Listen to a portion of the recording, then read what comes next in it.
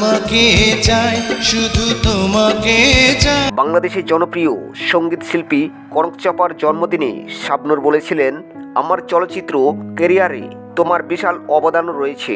তবে শাবনূরের জন্মদিনে তাকে প্রশংসায় ভাসালেন জনপ্রিয় এই সঙ্গীত শিল্পী। শাবনূরকে বাংলাদেশের পরিপূর্ণ প্রতিভাময়ী অভিনয় শিল্পী হিসাবে বলেছেন, যাকে বাংলাদেশের মানুষ কখনোই ভুলবে না। কনক চাঁপার গাওয়া অসংখ্য গানে ঠোঁট মিলিয়েছেন জনপ্রিয় নায়িকা শাবনূর। এর মধ্যে জনপ্রিয় গানগুলো রয়েছে তুমি মোর জীবনের ভাবনা, তোমাকে চাই শুধু তোমাকেই চাই, আমার নাকেরই ফুল বলে রে, অনেক সাধনার পরে আমি পেলাম তোমার মন, অনেক সাধনার পরে আমি ভালোবাসা থাকো তুমি দূরে। কিছু কিছু মানুষের জীবনে শাবনূরের সময় বেশিরভাগ জনপ্রিয় গানগুলি গেয়েছেন জনপ্রিয় সঙ্গীত শিল্পী কনক চাঁপা।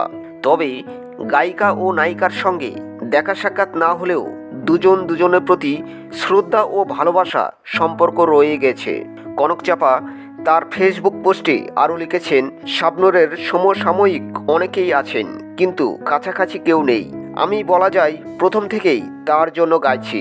তবে আশ্চর্যজনক কথা যে তার সঙ্গে আমার খুবই কম দেখা হয়েছে। আমি আমার মতো গেয়েছি, তিনি তার মতো অভিনয় করেছেন, কিন্তু যখন পর্দায় দেখেছি তখন আমার এই বিশ্বাস হয়নি যে এটা আমি গেয়েছি। মনে হয়েছে এটা যেন তারই কণ্ঠ। এই যে একাকার হয়ে যাওয়া, এই ক্রেডিট আমি শাবনূরকে দিতে চাই। শাবনূরকে ভার্সেটাইল অভিনেতা উল্লেখ করে কনক চাঁপা লিখেছেন, তিনি আসলে আমাদের কবরের পরে ভার্সেটাইল, যাকে বলে সেই উঁচু মানের মহানায়িকা।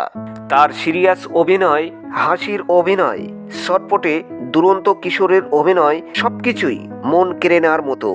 তবে তার সুন্দর চোখে যখন অশ্রু ঝরে তখন একটা কথাই মাথায় আসে, ফুল নেব না অশ্রু নেব, আর এটা ভেবেই হয় আকল। তবে তিনি আরও লিখেছেন, আগে থেকেই বলছি ব্যক্তিগত জীবনে তার সঙ্গে আমার খুব কম দেখা হয়েছে, কিন্তু যখন তাকে দেখেছি খেয়াল করেছি খুব সহজ সরল তার উপস্থিতি, তার কাঁচ ভাঙা হাসি আমার মন কেড়ে নিয়েছে। বন্ধুরা, ভিডিওটি যদি ভালো লাগে তাহলে চ্যানেলটি সাবস্ক্রাইব করে পাশে থাকেন। অনেক সাধনার পরে আমি